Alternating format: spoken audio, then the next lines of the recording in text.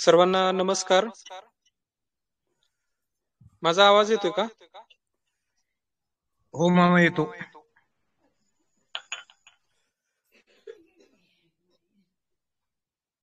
Hello.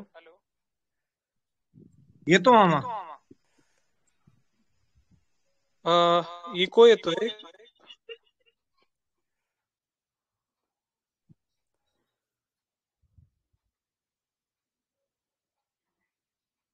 Hello. हो मामा eco येत होता, आता नाही येणार. ओके.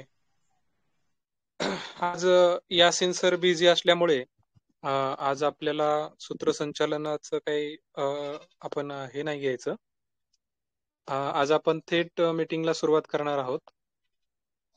तर आजचा जो आपला रविवार आहे, दर रविवारी आपण शेळी पालनाच्या संदर्भातल्या जे काही शंका असतात किंवा काही प्रश्न असतात शेळीपालकांच्या मनामध्ये आणि त्यांच्या ज्या अडीअडचणी आहेत त्या अडीअडचणी सोडवण्याकरता किंवा त्याच्या विषयाची चर्चा करण्याकरता त्याच्यावरती जाणकार शेळीपालकांचं मार्गदर्शन, तज्ज्ञांचं मार्गदर्शन मिळवण्याकरिता आपण हा प्रश्नोत्तराचा कार्यक्रम घेत असतो दर रविवारी. काही अडीअडचणीमुळे मागच्या रविवारी किंवा त्याच्या मागच्या रविवारी आपला कार्यक्रम झाला नाही. तर असू द्या, आपण शक्यतो प्रयत्न करणार आहोत की दर रविवारी आपला हा कार्यक्रम, नियोजित कार्यक्रम हा होत राहील. तर ह्या कार्यक्रमाचा उद्देश असा आहे की कारण असा आहे की बरेचशा गोष्टी आपण टाईप करून लोकांना सांगू शकत नाही, म्हणजे टाईप करून त्या ग्रुपवरती पोस्ट करू शकत नाही. तर त्याच्यासाठी बोलावं लागतं आणि बोलण्यासाठी काहीतरी निमित्त असावं लागतं आणि ते निमित्त त्या कार्यक्रमाच्या माध्यमातून आपल्याला उपलब्ध करून देण्यात आलेलं आहे. काही प्रश्न असे असतात की ते बोलण्यातून चांगलं समजतं. म्हणजे बोलून उत्तर दिलं किंवा बोलून प्रश्न विचारला तर ते जास्त चांगलं समजतं. त्याच्यामुळे आपण या कार्यक्रमाचं एक वेगळं महत्व आहे. दररोज म्हणजे आठवडाभर आपण वेगवेगळ्या प्रश्नांना उत्तरं देत असतो, वेगवेगळ्या विषयाची चर्चा करत असतो. ते तर नित्यनेमानं चालूच आहे दररोजचं आपलं ग्रुपवरचं डिस्कशन. परंतु बोलण्याच्या माध्यमातून ह्या रविवारच्या कार्यक्रमामध्ये आपल्याला विशेषत्वाने हे करता येतं, सहभाग घेता येतो आणि आपल्याला चांगली माहिती मिळवता येते किंवा चांगली माहिती लोकांना सांगता येते. अशा पद्धतीचा हा इंटरॅक्टिव्ह कार्यक्रम आहे. तर बोलण्यामध्ये जास्त वेळ न घालवता मी सर्व सदस्यांना विनंती करेल की आज आपण प्रश्नोत्तराला थेट सुरुवात करूया. कोणाचा प्रश्न असेल पहिला विचारा. कोण पहिल्यांदा विचारते? विचारा, कोणाला प्रश्न आहे विचारा.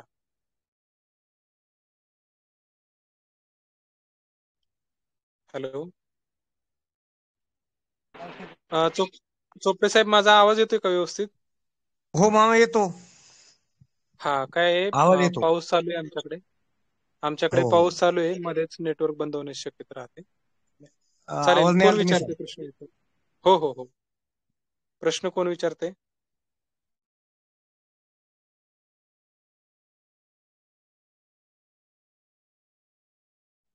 प्रश्न विचारण्यामध्ये वेळ घालवू नका, कारण हे रेकॉर्डिंग आपल्याला युट्यूबला टाकायचं असतं आणि जर तुम्ही वेळ घालवला मध्ये 1-2 मिनिटं गेली तर मग युट्यूबला टाकण्यामध्ये अडचणी येतात. म्हणजे त्यामुळे प्रश्न विचारा म्हटलं की लगेच ज्यांना असेल त्यांनी विचारायचे. विचारा प्रश्न. आशिष भाऊ विचारा.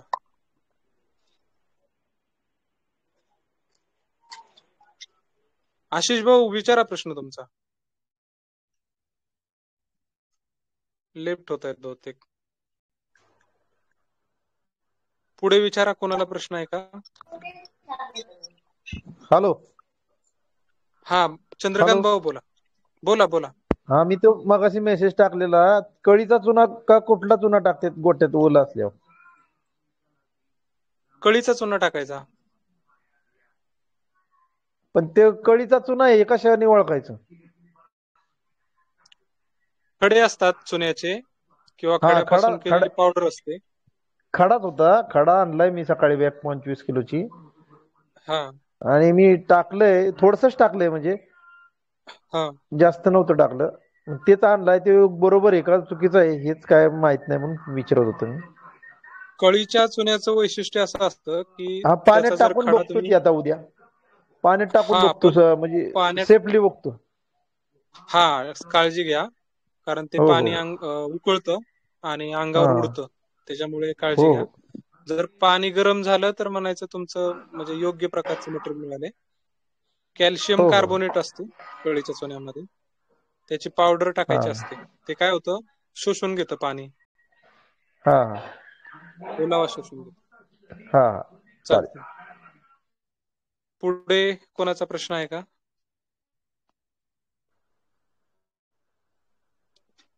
बोला, प्रश्न विचारा. सागर भाऊ बोला. हा मामा, काल माझ्या 2 शेळ्या गाभडल्याचं कारण काय असू शकते मामा? शेळके साहेब आपल्या प्रश्नाला उत्तर देतील. शेळके सर, आवाज येतोय का? शेळके सर,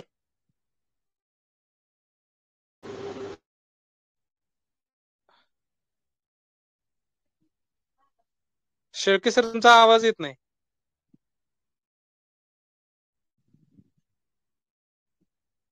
बहुतेक शेळके सर प्रवासात असावेत, त्याच्यामुळे त्यांना माईक चालू करता येत नसेल किंवा बोलण्यामध्ये अडचण असू शकते. तर गाभडण्याच्या संदर्भात भरपूर सारी कारणं आहेत. व्हिडिओ नका चालू करू कोणी. गाभडण्याच्या संदर्भात, शेळीच्या गाभडण्याच्या संदर्भात भरपूर सारी कारणं आहेत. त्या प्रत्येक कारणांवरती जर आपण बोलायचं झालं तर पूर्ण एक 2-2.5 तासाचं व्याख्यान त्याच्यामध्ये होईल. आणि मला वाटतं आपण कुसमुडे भाऊ, आपण व्हिडिओ बंद करा, अन्यथा आपणास ग्रुपमधून काढून टाकण्यात येईल, ह्याच्यामधून, मीटिंग मधून. व्हिडिओ बंद करा, कारण हे रेकॉर्डिंग आपलं युट्यूब वरती जाणार असते. व्हिडिओची गरज नाही आपल्याला, फक्त ऑडिओ पाहिजे. तर गाभडण्याची एक व्याख्यान आपण घेतलेलं आहे, युट्यूब वरती उपलब्ध आहे. शेळीचे वेत आणि डिलिव्हरी असं नाव आहे व्याख्यानाचं. त्या युट्यूबवरच्या, म्हणजे आपलं जो शेळ्यांचे आहारशास्त्र युट्यूब चॅनेल आहे, त्याच्यामध्ये हा व्याख्यान तिथे अपलोड केलेलं आहे. त्याच्यामध्ये काही कारणांची चर्चा, डिस्कशन त्याच्यामध्ये केलेलं आहे. सगळ्या कारणांची काही केलेलं नाही. त्याच्यासाठी आपण एखादं स्वतंत्र व्याख्यान घेऊ नंतर भविष्यात.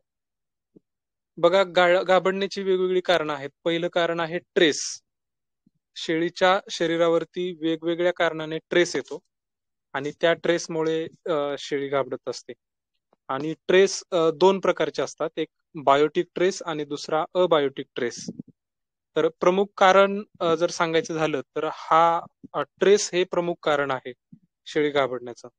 बायोटिक ट्रेस याचा अर्थ असा की जे काही सजीवांमार्फत शेळीला जो काही त्रास होतो, मग तिला एखाद्या जीवाणूचं इन्फेक्शन झालं असेल किंवा दुसऱ्या शेळीनं मारला असेल किंवा लांडगा चावला असेल किंवा कुत्र्यानं ताणला असेल शेळीला, असं म्हणजे दुसऱ्या कुठल्या सजीवामुळे त्या शेळीला जो काही त्रास होतो वेगवेगळ्या प्रकारचा, इन्फेक्शन झाला असेल तर तो त्रास झाला, तर ह्या कारणांमुळे जो काही त्रास होतो, ट्रेस येतो त्या शेळीच्या शरीरावरती, त्या ट्रेसमुळे शेळी गाभडते.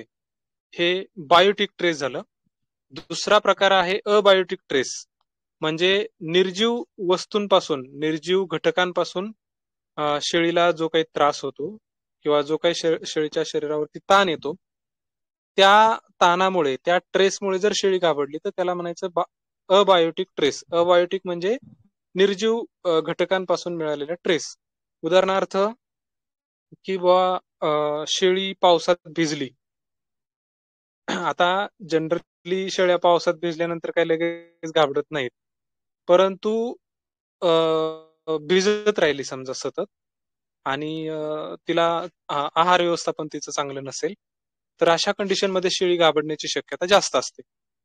किंवा शेळी तुम्ही गर्दीच्या वातावरणात ठेवली, म्हणजे भरपूर गर्दी आहे, शेळ्यांची अनेक वेगवेगळ्या याच्यामध्ये गर्दी आहे, तर त्या ठिकाणी जर शेळी राहिली असेल तर त्याच्यामध्ये शेळी गाभडणे म्हणजे त्या गर्दीचा ट्रेस येतो, त्याच्यामध्ये अमोनिया गॅस त्या ठिकाणी तयार होतो गर्दीमध्ये मुतारीच्या माध्यमातून, आणि त्या अमोनियामुळे त्या शेळीच्या शरीरावरती ट्रेस येतो आणि म्हणून शेळी गाभडते. तर ट्रेस हे त्याचं सर्वात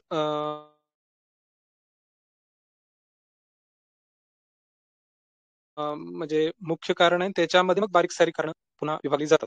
तर आता म्हणजे आपल्याकडे सागर भाऊंचा जर विचार केला नॉर्मली, तर त्यांच्याकडे गाभडण्याचं काय कारण असू शकतं, तर मग थोडक्यात आपण सांगू शकतो की बाबा शुद्ध पाणी प्यायला नसेल मिळालं, शेळीनं मारलं असेल, दुसऱ्या शेळीनं समजा पोटाखाली शिंग खुपसलं असेल, ते शिंग खुपसलेलं आपल्याला दिसत नाही, जखम वगैरे दिसत नाही, परंतु आतमध्ये शिंगाचा मार बसलेला असतो आणि त्या मारामुळे आतलं पिल्लू मेलेलं असतं, मेल्यामुळे ते शेळी गाभडून म्हणजे बाहेर फेकून देते शेळी. हार्मोनल इम्बॅलन्स असतो. हार्मोनल इम्बॅलन्स म्हणजे जे काही हार्मोन्स आहेत शेळीच्या गर्भधारणा आणि गर्भधारणा टिकून ठेवण्यास संदर्भात जी काही हार्मोन्स आहेत, संप्रेरक आहेत, ह्यांच्यामध्ये बिघाड होतो आणि त्याच्यामुळे शेळी गाभडते. काही गोष्टी म्हणजे काही अँटी न्यूट्रिशनल फॅक्टर हे जर का शेळीच्या आहारामध्ये येत असतील. चोपडे साहेब कोण आहे बघा, त्यांना म्यूट करा.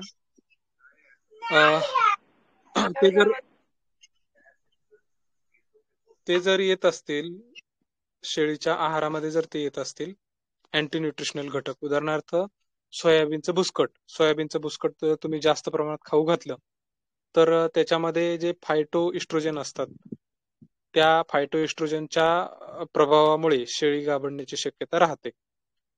काही औषधं आहेत जसं की ऑक्सिटेट्रासायक्लिन नावाचं औषध आहे, तुम्ही जर ते इंजेक्शनच्या माध्यमातून दिलं शेळीला, गाभण शेळीला, तर त्यांना शक्यतो शेळी गाभडण्याची शक्यता असते. किंवा काही जंतनाशक आहेत त्याच्यामुळे शेळी गाभडण्याची शक्यता असते.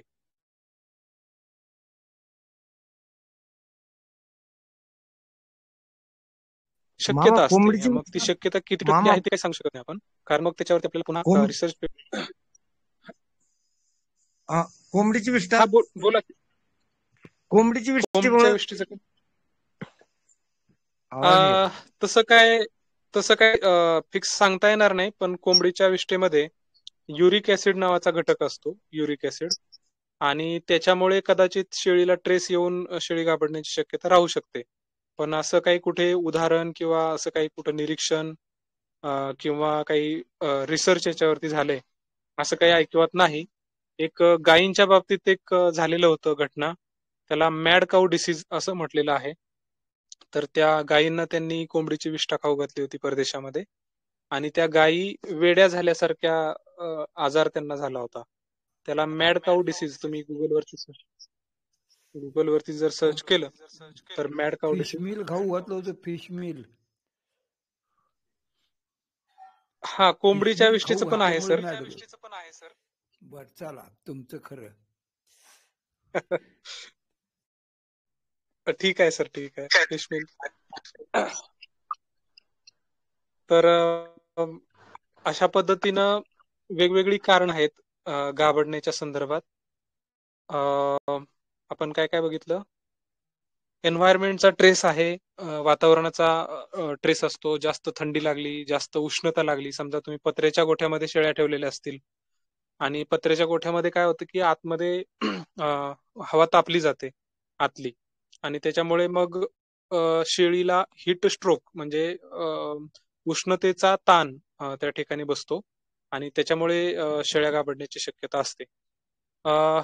न्यूट्रिशनच्या बाबतीत म्हणजे पोषणाच्या बाबतीत जर आपण विचार केला तर प्रामुख्यानं प्रोटीन आणि ऊर्जा ह्या दोन गोष्टींची जर कमतरता गाभण काळाच्या शेवटच्या टप्प्यामध्ये 4थ्या आणि 5व्या महिन्यामध्ये जर का प्रोटीनची कमतरता निर्माण झाली, ऊर्जेची कमतरता निर्माण झाली, तुमच्या त्या शेळीच्या आहारामध्ये पुरेसे प्रोटीन आणि पुरेशी ऊर्जा मिळत नसेल तर शेळी पिल्ल बाहेर टाकून देते. पोटामधल्या म्हणजे गर्भाशयामधल्या काही अडीअडचणीमुळे समजा पिल्लू मेला असेल गर्भाशयामध्ये, किंवा कुपोषण झालं असेल गर्भाशयामध्ये आणि ते पिल्लू आतल्या आत मेलं असेल, तर मेलेलं पिल्लू ते शेळी बाहेर टाकून देत असते. गर्भाशयाचं काही इन्फेक्शन झालं असेल शेळीला, शेळीला गर्भधारणाच्या कालावधीमध्ये गर्भाशयाचं जर का काही इन्फेक्शन झालं असेल तर इन्फेक्शन झाल्यामुळे पिल्लं बाहेर फेकून देण्याचं काम त्या ठिकाणी होतं, म्हणजे शेळी घाबरत असते. काही जे आता आजार आहेत जसं की ब्रुसेलोसिस नावाचा आजार आहे, त्याच्यामध्ये शेळ्या शेवटच्या काही आठवड्यामध्ये शेळ्या घाबरतात ब्रुसेलोसिसमध्ये. अजून बाकीचे बरेचसे आजार आहेत ज्याच्यामध्ये बॅक्टेरियल डिसीजेस आहेत ज्याच्यामध्ये शेळी घाबरत असते. जे अशिक्षित शेळीपालक आहेत, ग्रामीण भागातले जे अशिक्षित शेळीपालक आहेत, त्यांच्यामध्ये जर का शेळीला जास्त ताप आला वेगवेगळ्या कारणांमुळे, समजा निमोनिया झाला असेल किंवा आणखी इतर दुसरे आजार झाले असतील आणि शेळीला जास्त ताप आला असेल, तर त्या तापाच्या कारणामुळे शेळी घाबरते असं अशिक्षित लोकांचं म्हणणं आहे. त्याच्यावरती आपल्याला ठाम माहिती शोधावी लागेल. दुसरं, समजा शेळीला डिहायड्रेशन झालं, जुलाब झाले आणि भरपूर पाणी जुलाबाच्या माध्यमातून बाहेर गेलं, डिहायड्रेशन झालं, तर त्या केसमध्ये सुद्धा शेळी घाबरण्याची शक्यता असते. तर आता एवढी सगळी आणि आणखी भरपूर कारणं आहेत, एवढी सगळी कारणं आपण शोधावी लागतात. नेमकी तुमच्या कळपातली शेळी का घाबरली. तर ह्याच्यातून जे जास्त प्रोबेबल, जास्त शक्यता दर्शवणारं जे कारण आहे त्या कारणाचा बंदोबस्त पुढे आपल्याला करावा लागतो, किंवा ते कारण आहे असं समजून मग आपल्या शेळीपालनामध्ये त्या कारणाचा बंदोबस्त करणं गरजेचं असतं, जेणेकरून पुढच्या टप्प्यातल्या शेळ्या घाबरणार नाहीत याची आपल्याला काळजी घेता येते. जेव्हा शेळ्या आपण नवीन शेळ्या, फिरस्त्या शेळ्या आणतो, नवीन शेळीपालन सुरू करतो आणि बंदिस्त करतो, त्या कंडिशनमध्ये शेळ्या घाबरण्याची शक्यता ही जास्त असते. फिरस्ती शेळ्या एकदम जर तुम्ही बंदिस्त केल्या असतील तर त्या शेळ्यांवरती ट्रेस येतो मोठ्या प्रमाणात आणि त्याच्यामुळे शेळ्या घाबरण्याची शक्यता, म्हणजे पहिलं वेत आणि म्हणजे बंदिस्त केल्यानंतर पहिलं वेत आणि दुसरं वेत, ह्या 2 वेतामध्ये शेळ्या घाबरण्याची शक्यता जास्त असते. एकदा शेळ्या तुमच्या गोठ्यामध्ये, तुमच्या वातावरणामध्ये सेट झाल्या, रुळल्या, की मग घाबरण्याचं प्रमाण हळूहळू कमी होत असतं.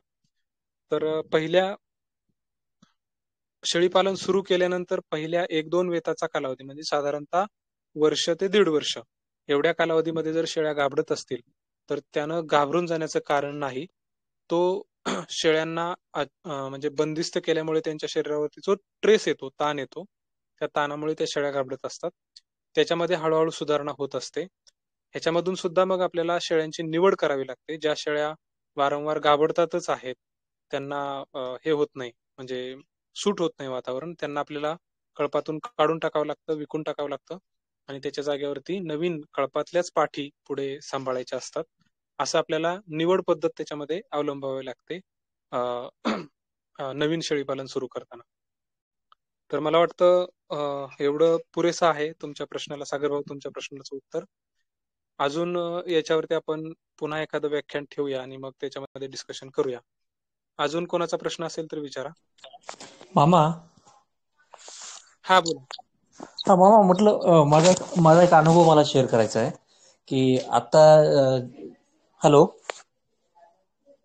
बोला, सलग बोला. हॅलो.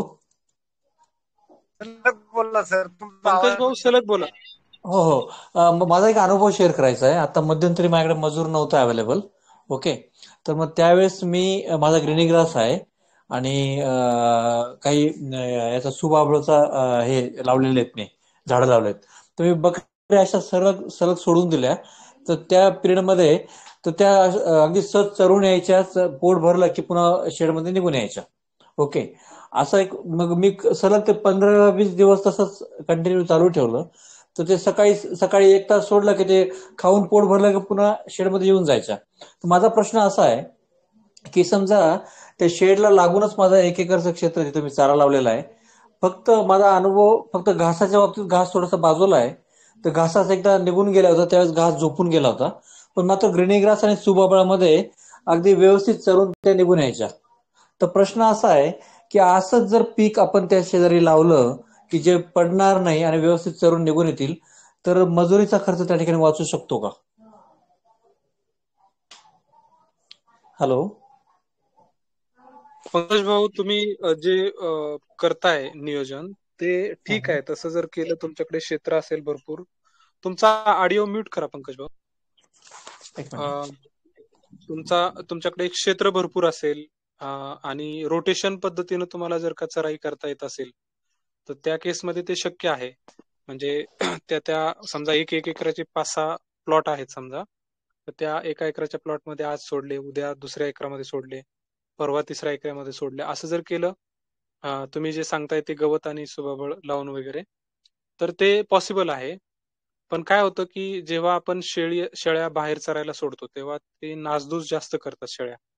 उदाहरणार्थ आता तुमची जर सुबाबूळ असेल, आता तुम्ही सुबाबूळ पेरली असेल समजा, म्हणजे किंवा पोकली असेल आणि एकदम दाट कुरणासारखं वाढलं असेल तर ते ठीक आहे समजा. पण जर तुमची सुबाबळीची झाडं असतील, जास्त अंतरावर असणारी झाडं असतील, तर त्या झाडाची साल शेळ्या खाऊन टाकतात आणि झाड मरून जातं. सुबाबळीच्या बाबतीत जर ते फिस्करला असेल आणि दाट उगवलं असेल तर मग त्या केसमध्ये तसं होणार नाही समजा. पण शेळ्या नासधूस जास्त करतात, म्हणजे खाणं कमी आणि नासाडी जास्त करतात. समजा तुमचं गवत असेल, गिनी गवत असेल किंवा आणखी दुसरं काय असेल तर ते सगळं खाली पाडणार, मातीत लोळवणार, त्याच्यावरती घाण करणार, पायानं तुडवणार, असं करून ते वायाला जास्त घालवतात. म्हणजे असं माझं तर निरीक्षण असं आहे की जेवढ्या काही त्या शेळ्या चारा खातात फिरस्ती सोडल्यानंतर, तर त्याच्यातल्या साधारणतः एक 30 ते 40% चारा वायाला घालवतात. म्हणजे जर तुम्ही फिरस्ती शेळीपालन करत असाल आणि एखाद्या शेतामध्ये शेळ्या चरायला सोडल्या तर त्या 20 ते 30% चारा, 30 ते 40% चारा नासवतात, वायाला घालवतात.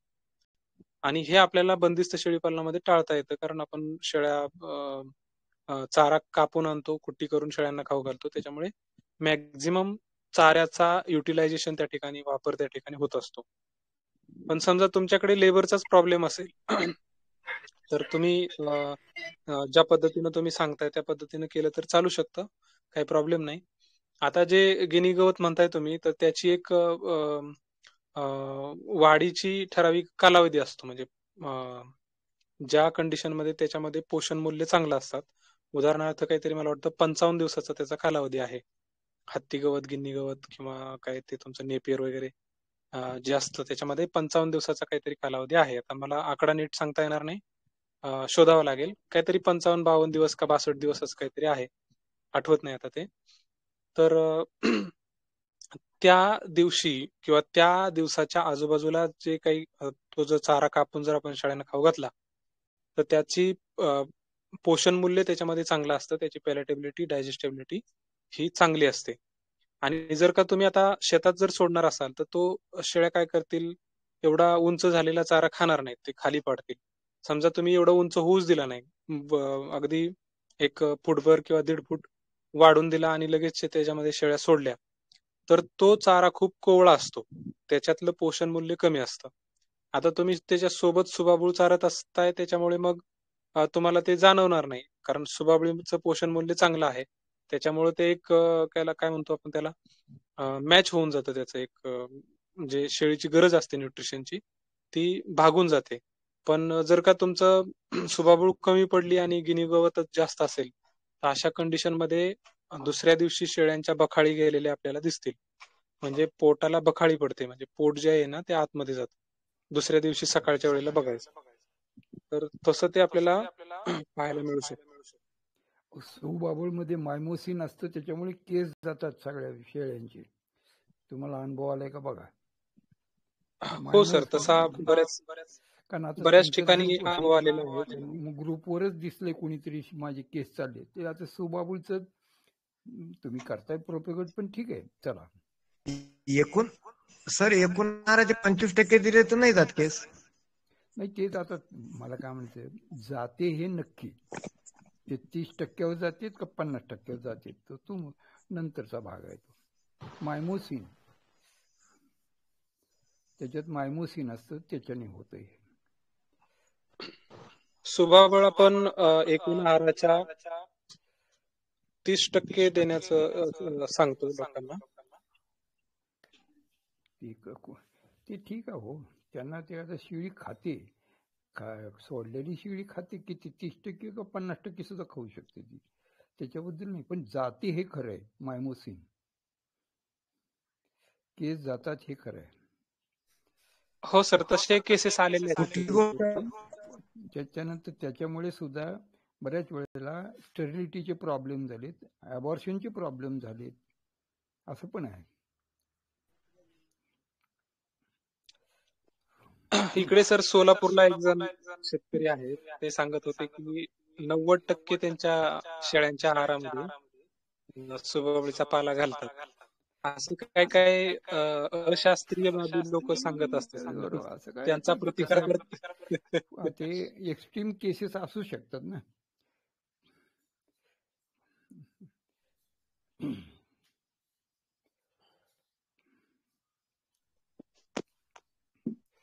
चालेल, पुढचा प्रश्न घेऊया आपण. मामा, हा बोला. हे करडांना किती दिवसाचं झाल्यावर जंतनाशक देता येईल? बघा, आता याच्यामध्ये वेगवेगळ्या तज्ञांचं वेगवेगळं मत येतं. आपण जी व्याख्यानं ठेवली होती, काय त्यांचं नाव, doctor Naralkar sir, doctor Gawande madam आणि मुंबई पशुवैद्यक महाविद्यालयाचे कोण, त्यांचं नाव काय सरांचं, विसरलो मी नाव. असे तीन जणांचं मला वाटतं आपण व्याख्यान ठेवलं होतं जंतुनाशकाच्या बाबतीत. प्रत्येकानं त्यांचं वेगवेगळं मत सांगितलेलं आहे. काही लोक सांगतात की 7व्या दिवशी जंतुनाशकाचा पहिला डोस पाजायचा लहान पिल्लांना. काही लोक सांगतात की 30व्या दिवशी पहिला डोस पाजायचा. काही लोक सांगतात की 45व्या दिवशी पहिला डोस पाजायचा. आता तुम्हाला कोणाचं मत ऐकायचंय, कोणाच्या सल्ल्यानुसार काम करायचंय, हा तुमचा निर्णय असेल. माझं वैयक्तिक मत असं आहे, जर का तुमचं संपूर्ण बंदिस्त शेळीपालन असेल तर 45व्या दिवशी किंवा 45 दिवसाच्या आजूबाजूला, असं काही एकदम दिवस मोजून नाही द्यायचं, 45व्या दिवसाच्या आजूबाजूला, म्हणजे तुमचा 40वा दिवस असेल किंवा 55वा असेल किंवा 50वा दिवस असेल, तर 45व्या दिवसाच्या आसपास पहिला डोस जंतुनाशकाचा द्यायचा. आणि त्याच्यानंतरचे जे डोस आहेत ते तुमच्या इतर शेळ्यांना ज्या पद्धतीने तुम्ही जंतुनाशक करतात 4 महिन्यातून किंवा 6 महिन्यातून एकदा, त्या हिशोबाने मग इतर शेळ्यांबरोबर जंतुनाशक द्यायचं. असं माझं स्वतःचं सजेशन आहे. हॅलो, अहो जंतनाशक, ते जंत जर समजा त्या छोट्या पोटामध्ये आहे तर आपण औषध देताना तरी सांगा की कॉपर सल्फेटचं 1% सोल्युशनचा स्प्रे मारा आणि नंतर औषध पाजवा, ते जिथं जंत असतं तिथं जातं, असं सांगितलंय का तुम्हाला? नाही सर, मी पहिल्यांदा ऐकतोय कॉपर सल्फेट. बरोबर आहे की, तुम्ही पहिल्यांदाच ऐकताय म्हणूनच सांगितलं तुम्हाला, कारण हे सांगायचं विसरून जातात त्या एक्सपर्ट लोक. कॉपर सल्फेटचा काय रोल असतो सर? अहो, ते इसोफिजियल ग्रुप बंद करतं, म्हणजे औषध ॲबोमॅझम मध्ये जातं, रुमेन मध्ये जाऊन काही फायदा नाही. 4 पोटापैकी किती दिवसापर्यंत? अहो, त्याच्यात पुन्हा ॲस्कॅरिसचं इन्फेक्शन असेल, गोल जंत, तर ते प्लॅसेंटामधून येते त्या शेळ्यांना, म्हशींना वगैरे. त्याला पायपराजिन सिट्रेट एकच औषध आहे, बाकीचं कुठलंच चालत नाही त्याला. ते बी 8व्या दिवशी द्यावं लागतं किंवा पहिल्या दिवशी दिलं तरी चालते. पेपराजिन सिट्रेट, पूर्वी ग्लॅक्सोचं अँटीपार्म नावाचं औषध होतं किंवा हेल्मासिड. पण हे आता ते जुनं नॉलेज असल्यामुळे ते आता नवीन नॉलेजचं आहे, तुम्हाला ते सांगतंय. मी पायपराजिन हेक्साहायड्रेट वापरलं होतं, पायपराजिन पण हे सिट्रेट, मिळत नाही आता. पायपराजिन सिट्रेट मिळत नाही म्हणजे ह्या कंपनीने ते बंद केले तुम्हाला तुमचं नुकसान करण्यासाठी. कारण ते इतकं सिंपल आहे, म्हशीमध्ये तर एक सुद्धा वासरू मिळत नाही त्या पिपराजिन सिट्रेटनं, पण आता ते सगळं बंद करून टाकलं. मग आता त्याच्यावरती काय पर्याय असेल? अहो, पर्याय तुम्ही एकच बघा, पहिले जे काही देत आहे ते ज्या ठिकाणी जंताचा खरं आहे राहिवास किंवा तिचं मल्टिप्लिकेशन, तिथं ते औषध पोहोचायला पाहिजे. रुमेन मध्ये, रेटिक्युलम मध्ये किंवा ओमॅझम मध्ये जाऊन काय फायदा काय? त्याच्यासाठी हे कॉपर सल्फेट 1% सोल्युशनचं एक स्प्रे मारायचा त्याच्या घशामध्ये अगोदर आणि नंतर औषध द्यायचं. ते बरोबर तिथं जात इसोफिजियल गुरु बंद करतं आणि औषध तिथं पोचतं. ओके ओके, आता हे लक्षात राहील. बघा बाबा, ते थोडस माझा चालेल अतिरेकी सर, असतं धन्यवाद सर. त्यामुळे.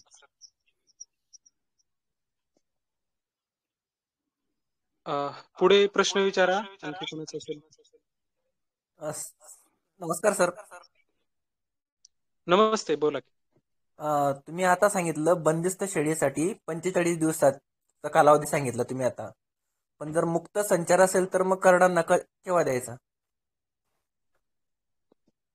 आताच पाचेगावकर सरांनी सांगितलं बघा, की अगदी पहिल्या दिवशी किंवा 8व्या दिवशी सरांनी सजेस्ट केलं, तर 8व्या दिवशी आपण देऊ शकतो जंतुनाशक.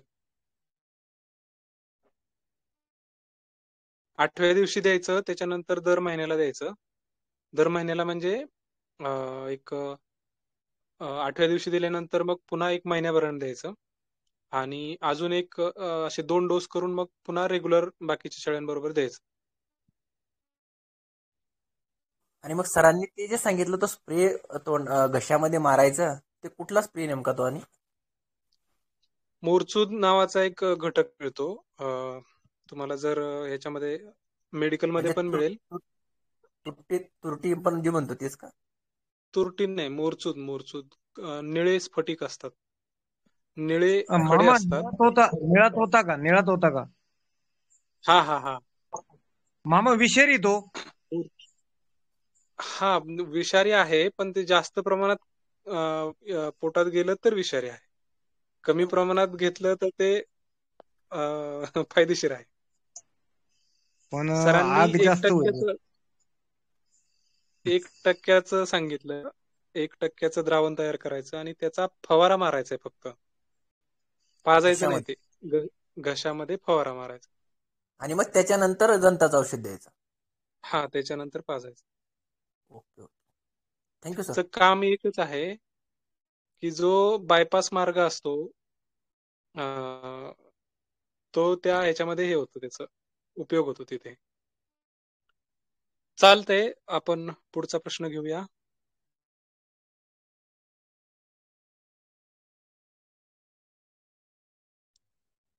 पुढे विचारा प्रश्न.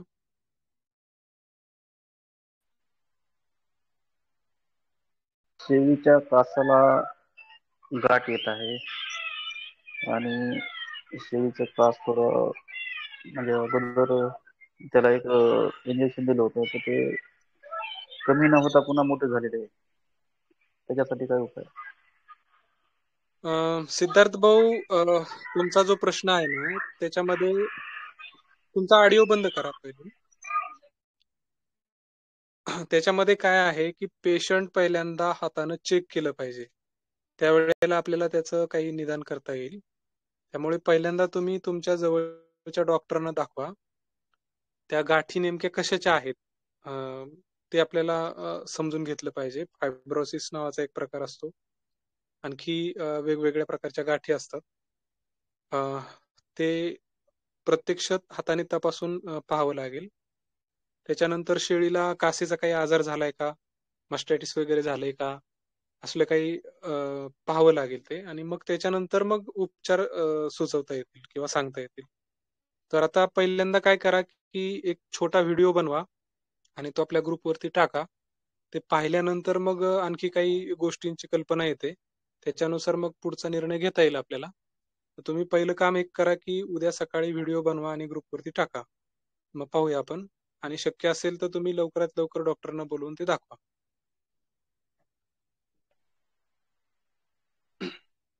पुढे प्रश्न कोणाचा असेल तर विचारा.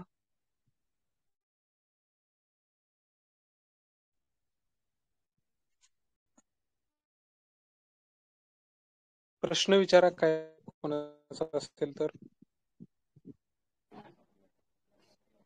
मामा, हा बोला. हे आपल्याला पीपीआर द्यायचं आहे, मध्यंतरी जंतनाशक दिलं तर चालेल का? पहिलं जंतनाशक देऊन किती दिवस झाले? पहिलं जंतनाशक देऊन जवळपास 2 महिने झाले आहेत. मग काय लगेच आवश्यकता नाही जंतनाशक द्यायची. पीपीआर देऊन घ्या. बरं पीपीआर देऊन घ्या. सप्टेंबर मध्ये जंतनाशक द्या. बरं. हा.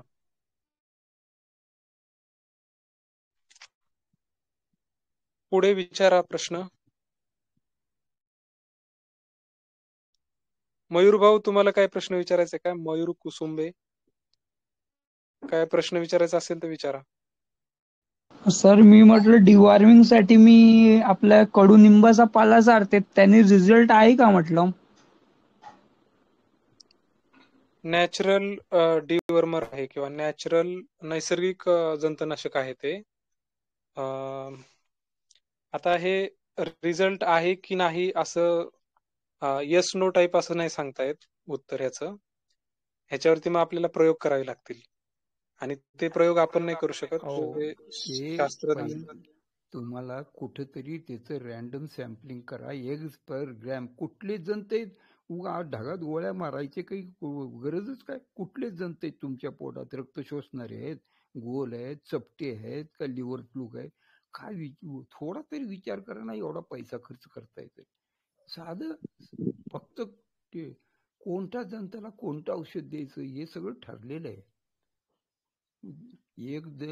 सगळ्याला सब घोडे 12% असं कसं करताय?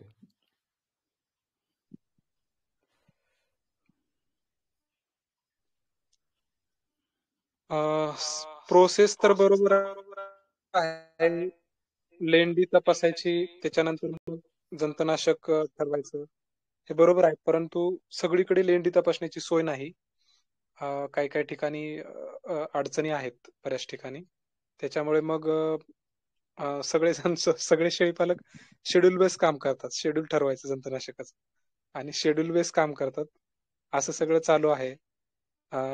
हे सगळं बरोबर आहे असं काही मी म्हणत नाही, पण मग आता त्याला सुविधा उपलब्ध करून देणं गरजेचं आहे. आमच्या भागामध्ये सोय आहे.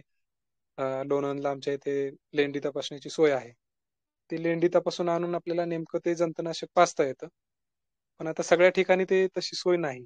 त्यामुळे मग आता त्याला विलाज नाही त्याला काही. मयूर भाऊ, जे आपलं लिंबाचा पाला आहे त्याच्यामध्ये ॲझॅडिरिक्टिन नावाचा घटक असतो आणि त्याच्यामुळे जंतच नाही तर अनेक वेगवेगळ्या किडी मरतात.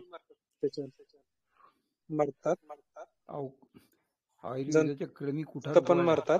पण मग आता त्याचं मेलेले जंत जर मध्ये राहिले तर टॉक्सिन होते बरं का, त्याचं सेप्टिक होते. कोणी सांगितलं तुम्हाला मारा म्हणून मधल्यामध्ये?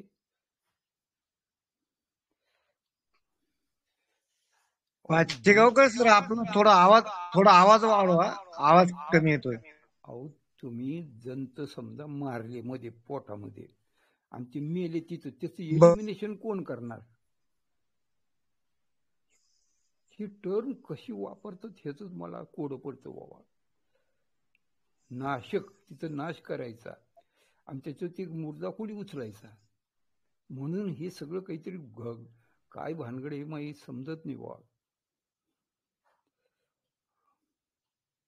थोडा विचार करा ना. तुम्ही 100 जंतू मारले आणि ते मध्येच राहिले, कोण काढणार त्याचं?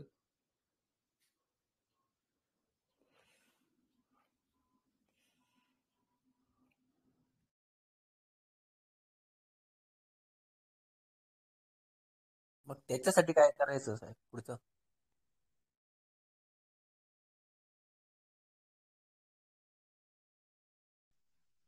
पाचेगावकर सर, यासाठी काय करायचं आता? हॅलो, बोला ना.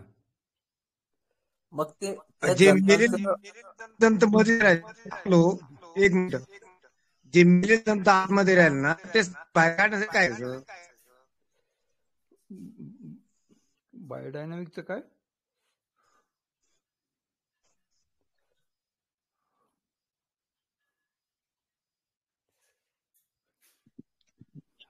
सरांचं म्हणणं असं आहे की ते जंत पॅरलाइज होऊन बाहेर आले पाहिजे. हा, आता थोडस लाईनवर आले बघा बोलणं. पॅरलाइज होऊन किंवा त्याचं जे जंत पोटात का राहतात ते ना एवढे गॅस्ट्रिक ज्युसेस असतात ते का पचवत नाही तो त्या जंताला. माणूस एवढ्या मोठ्या बोट्या खातो, कोंबड्या खातो, पण त्याचे जंत का पचत नाही त्याला. काय कारण असेल तो विचार करा थोडा. तर प्रत्येक जंताला एक आवरण तयार होतं, त्याला म्हणतात आउटर क्युटिकल, आणि ते त्याला प्रोटेक्ट करतं ह्या बाकीच्या औषधापासून, त्या ज्युसेस पासून. त्याच्यासाठी एक उपाययोजना मागच्या एका ग्रुपवर सजेस्ट केली होती तुमच्या इथं, अँटीमिनी टार्ट. ते काय करतं, त्या क्युटिकलला डिझॉल्व्ह करतं, मग त्या जंताला तिथे राहताच येत नाही, ते निघून जातात. ते इतकं सिम्पल टेक्निक आहे ते, पण ते युनिव्हर्सिटीला मान्य नाही, संशोधकांना. असं आहे. मी मागच्या वेळी एका त्या ग्रुपवरच टाकलं होतं की अँटीमिनी टार्ट द्या, ते सगळं ते जंताचं क्युटिकल निघून जातं. आणि शेळ्यांना जो निमोनिया होतो तो ह्या जंताच्या मायग्रेशनमुळेच होतो. पोटातलं आलं म्हणतात लहान मुलांना, तसं शेळ्यांना पण आहे. ते अनेक प्रकार आहेत. ते त्याच्यात तुम्ही तळाला जात नसल्यामुळे हे सगळं प्रॉब्लेम आहे. तिन्ही प्रकारचे जंत जातात का सर? अहो, त्याच्या तुम्ही विचार करा की ते जंत राहतातच कसे. एवढं मोठं खाल्लेलं शेळी पचवते, ज्युसेस वगैरे असतात, हे त्यांना का त्याचा त्रास होत नाही त्या ज्युसेसचा? असं कोणतं आवरण आहे की त्याच्यावरती हे करते? तर ते आवरण काढण्यासाठी किंवा मग आपल्या आयुर्वेदामध्ये कृमी कुठार म्हणून नावाचं औषध आहे, ते पण हे काम करते.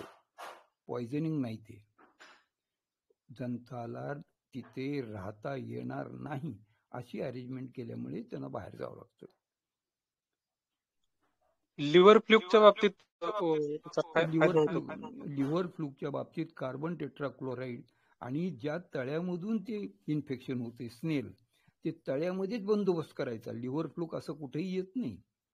जिथं जिथं तळ आहे, पाणी साठलेलं आहे, जिथं गोगलगाई आहेत स्नेल्स, तिथं हे लिव्हर फ्लूक येतात. सगळीकडे नाहीये लिव्हर फ्लूक.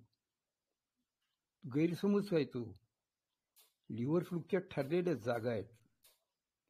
कुठल्या माळरानावर कधीच लिव्हर फ्लूक येत नाही.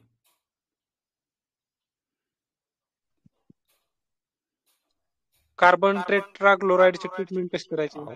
मला काय म्हणतो, पहिले तुम्हाला हे लिव्हर फ्लूक आहे तो एरिया माहिती आहे का, कुठं असतात ते? त्याच्यामुळे हे पुढचे प्रश्न अनाठाई आहेत.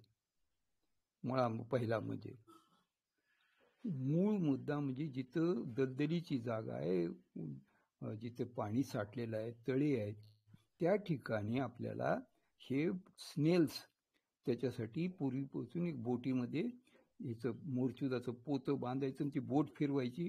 तिथं काही स्नेल्स वगैरे काही राहत नाही, त्याच्यामुळे हे इन्फेक्शन येत नाही. लिव्हर फ्लूकला असं कुठल्याही माळरानावर मी तर नाही पाहिलं बघा 50 वर्षात. तुम्हाला कोणी सांगितलं लिव्हर फ्लूक सगळीकडे आहे म्हणून? काहीतरी गैरसमज आहेत बघा या जंताच्या बाबतीत, तरी मला असं वाटते. ते काढण्याचा प्रयत्न करतोय मी, बाकी काही नाही.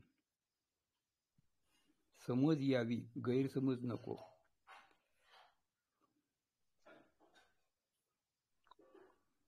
चालेल, आपण पुढचा प्रश्न घेऊया.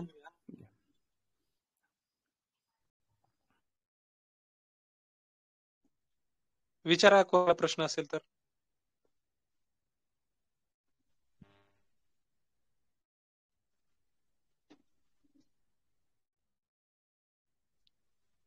प्रश्न असेल तर विचारा.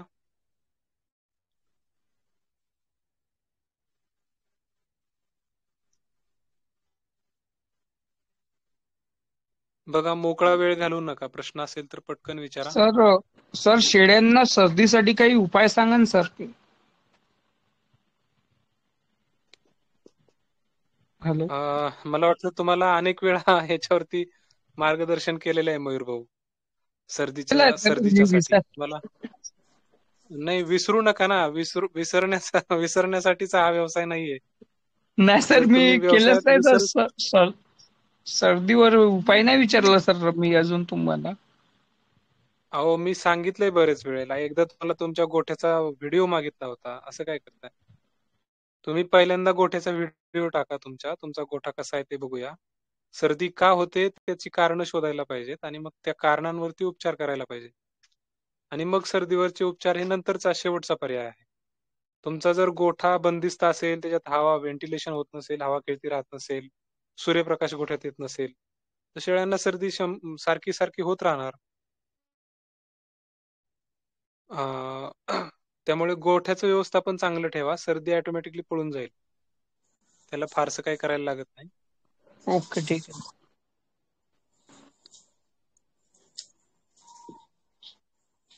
चालेल. पुढे विचारा प्रश्न कोणाचा असेल तर. दिगंबर भाऊ बोला. सर 8 दिवसाचे करड झालेले आहे. हा हा 8 दिवसाचे करड झालेले आहे.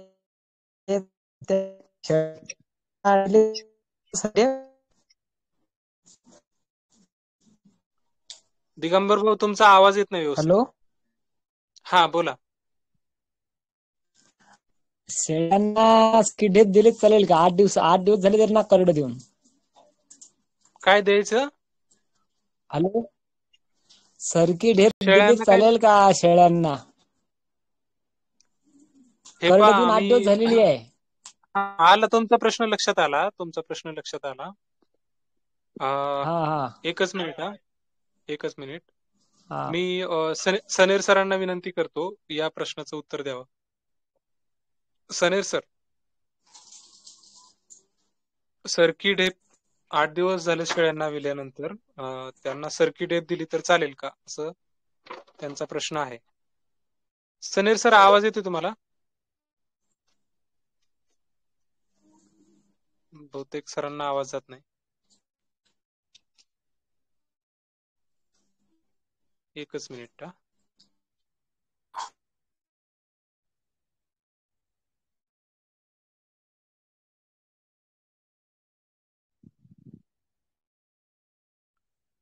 कसं आहे की चोपडे साहेब सांगा उत्तर तुम्ही. सरकी ढेप तर गाईला सर्रास दिली जाते, शेळ्यांना द्यायला काही हरकत नाही, पण प्रमाणात दिली तर चालेल.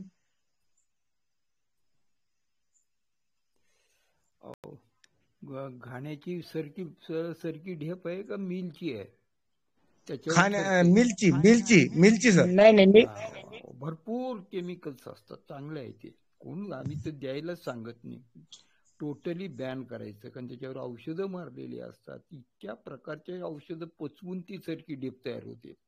पुन्हा मिलमध्ये त्याची इतकी प्रक्रिया भयानक आहे. ती जर समजली तर पुन्हा म्हणून कधी सरकी ढेपचं नाव घेणार नाही तुम्ही. थोडस विचार करूनच बघायचं. स्वस्त आहे म्हणून सगळीकडे खपत ती.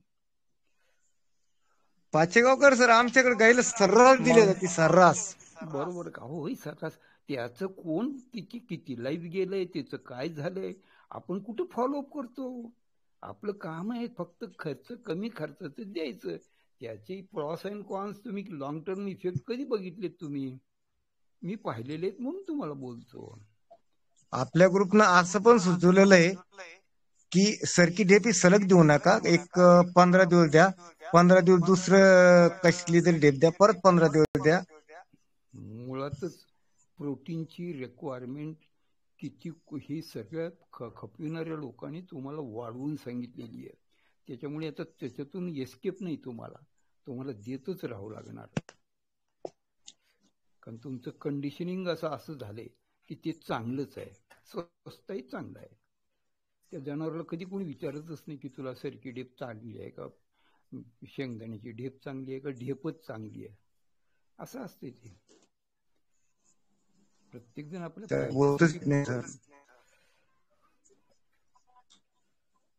हॅलो सर, त्या सरकी ढेपचा आपल्याला पण फायदा होतो आणि जनावर सुद्धा आवडीने खात असतील. बरोबर आहे ते. काय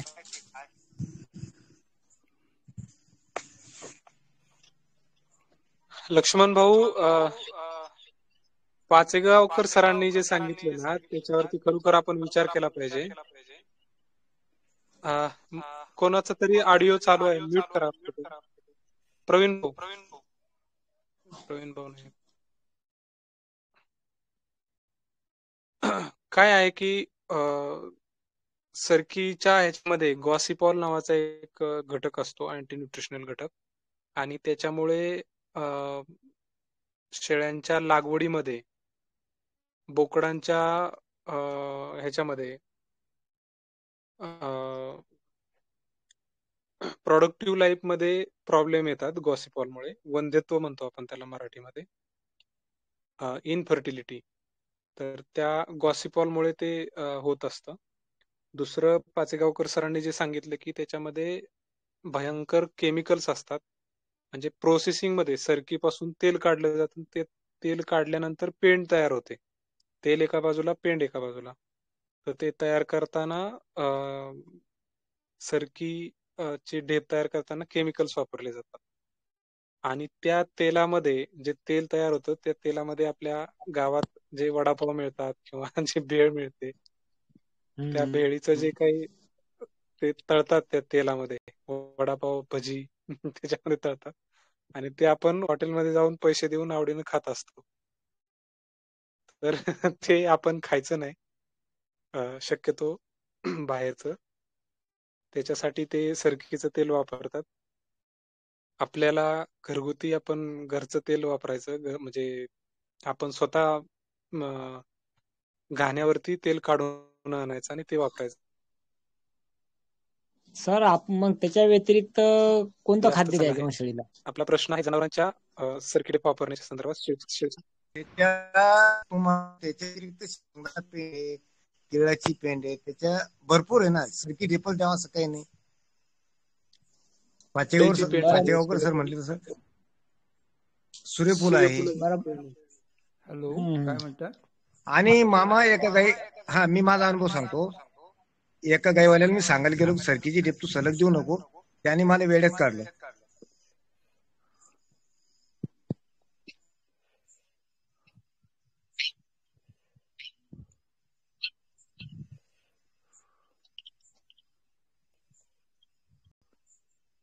हॅलो, आवाज येतोय का आवाज येऊ लागला.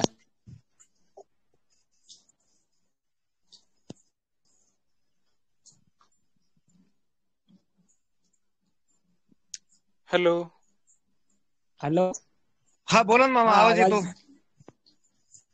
हा, पुढे कोणाचा प्रश्न असेल तर विचार.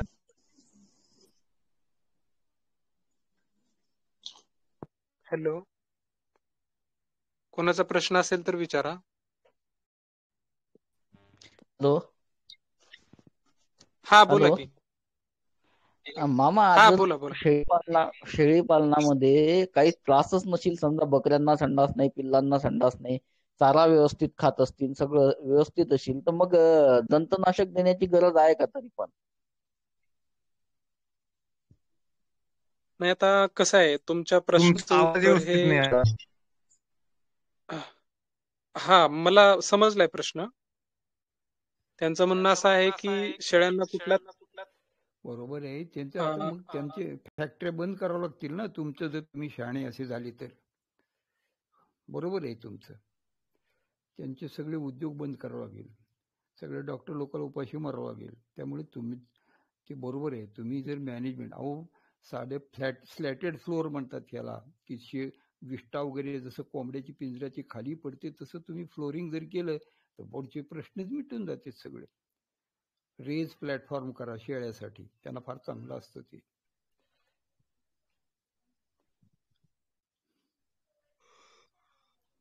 स्लॅटेड फ्लोअर म्हणतात त्याला.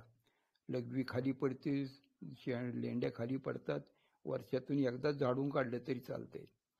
असं पण करता येते. काही बऱ्याच गोष्टी मॅनेजमेंटच्या तुम्ही सुधारल्या पाहिजेत. या औषधावरून ह्याच्यावर कशालाही अवलंबून राहता. कोंबड्या किती दिवस घेऊन फिरणार तुम्ही?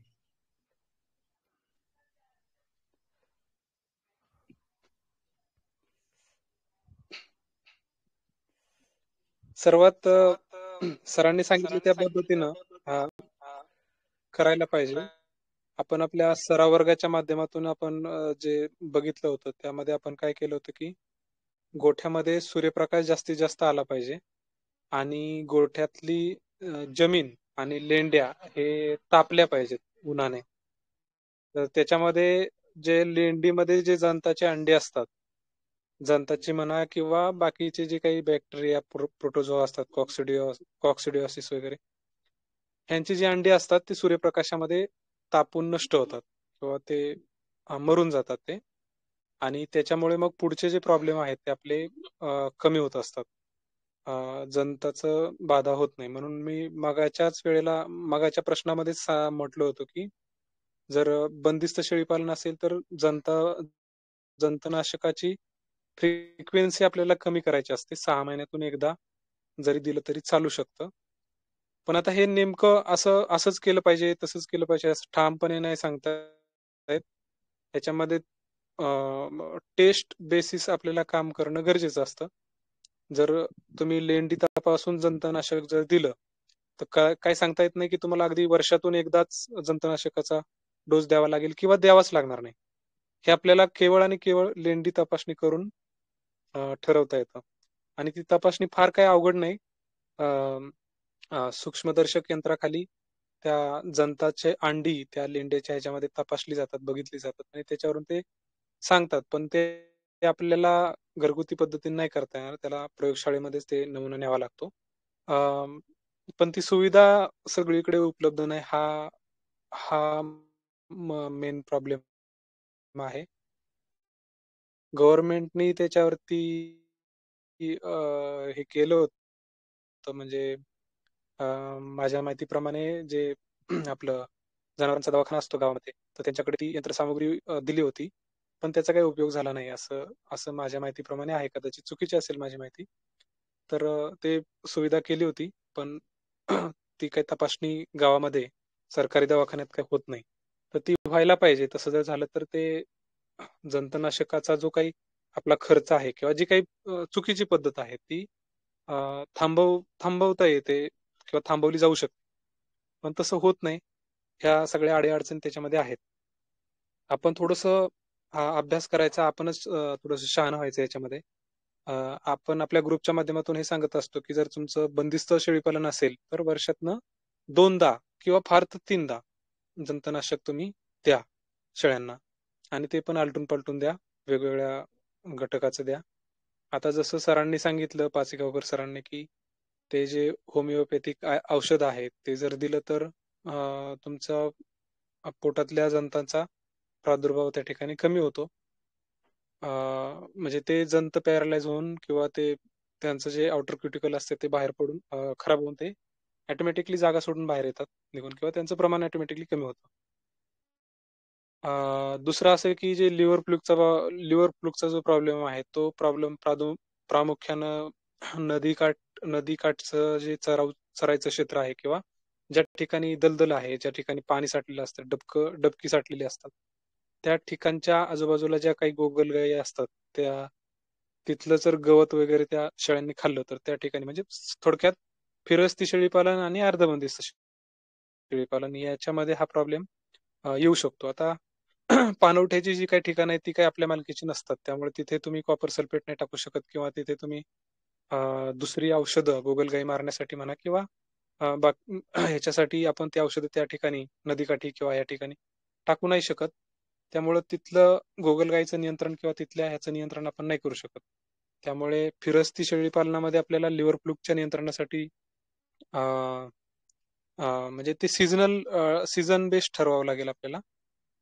कुठल्या सीझन मध्ये आपली जनावरं, फिरस्ती जनावरं त्या दलदलीच्या भागामध्ये जास्त करून चरतात, अशा केसेस पाहून आपण जंतनाशकाचा डोस ठरवायला पाहिजे.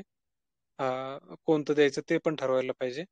आणि दुसरं असं की बंदिस्त शेळीपालनामध्ये लिव्हर फ्लूकचा आणि बंदिस्त शेळीपालनाचा तसा पाहिलं तर काही संबंध येत नाही, कारण आपण शेतामध्ये चारा उगवतो, तो चारा कापून आणून शेळ्यांना खाऊ घालतो, त्याच्यामुळे तिथे लिव्हर फ्लूकचा प्रादुर्भाव होईल अशी शक्यता फार कमी असते. त्याच्यामुळे बंदिस्त शेळीपालनामध्ये लिव्हर फ्लूकच्या संदर्भात फारशी उपाययोजना नाही केली तरी चालू शकतं. सरांनी सांगितले ते जे औषध आहे होमिओपॅथिक, ते आपण जर दिलं तर आपला जंताचा जो प्रॉब्लेम आहे तो थांबू शकतो. पण आता हे आपल्या ओळखीचं औषध नाही. म्हणजे सरांकडून आपण पहिल्यांदा ते नाव ऐकले. आपल्या ओळखीचे जे आहेत ते आपण पटापट सांगतो. आता सरांनी सांगितलेलं औषध अजून प्रयोग करून पाहायला लागेल. त्याच्यानंतर आपल्याला सांगता येईल लोकांना त्या पद्धतीनं. तर आपण शेवटचा एक प्रश्न घेऊया आणि मग थांबूया. बोला, कोणाचा प्रश्न असेल तर सांगा. शेवटचा एकच प्रश्न घेऊ आपण. हॅलो. हा बोला. मामा, मी जवळपास आता 5-6 महिने झाले दर 15 दिवसाला कोठ्यामध्ये कुठल्या तरी एखाद्या क्लोरोपायरिफॉस वगैरे किंवा कराटे अशा कीटकनाशकाचा फवारा करतो. त्याच्यामुळं माझ्या या 15 दिवसाला फवारा करण्या चालू केला तेव्हापासून माझ्या शेळ्या फार आजारी कमी पडायला लागल्या. न पडण्याचंच प्रमाण जास्त आहे, समजा की आजारी पडतच नाहीत आता. तर हे योग्य आहे का? तुम्ही कराटे नका नाही, फवारू. तुम्ही करताय ते हा मामा एक मिनिट, तुम्ही कराटे फवारू कोणतंच नका. औषध फवारू नये.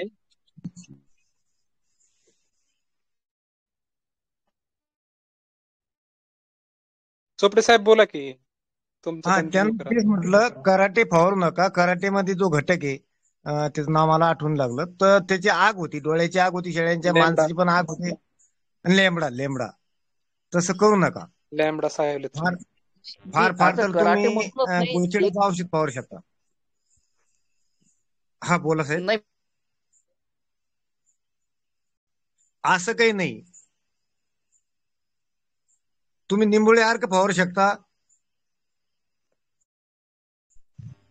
हॅलो. हा बोला की, बोला. मी असं कराटे म्हणूनच नाही पर्टिक्युलर, कधी क्लोरो फवारतो, कधी आणखीन कुठलं कीटकनाशक असलं ते फवारतो. म्हणजे असे वेगवेगळे जे उरलं शेतामध्ये ते फवारायचं कोठ्यात.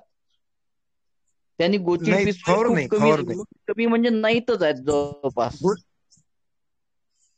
गोचिड झाले तरच फवारा, विनाकारण फवारूच नका ना. आणि गोचिडाचे औषध फवारा.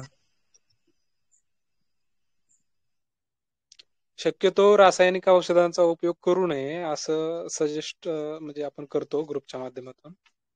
रासायनिक औषधं वापरू नका. तुम्हाला बायोलॉजिकल औषधं आहेत, त्याच्यानंतर जैविक औषधं आहेत, हर्बल औषधं, त्यांचा उपयोग करा. चालेल. मला वाटतं आपण थांबायला हरकत नाही. एक मिनिट मामा. सनेर सर आवाज येतो? Snare sir.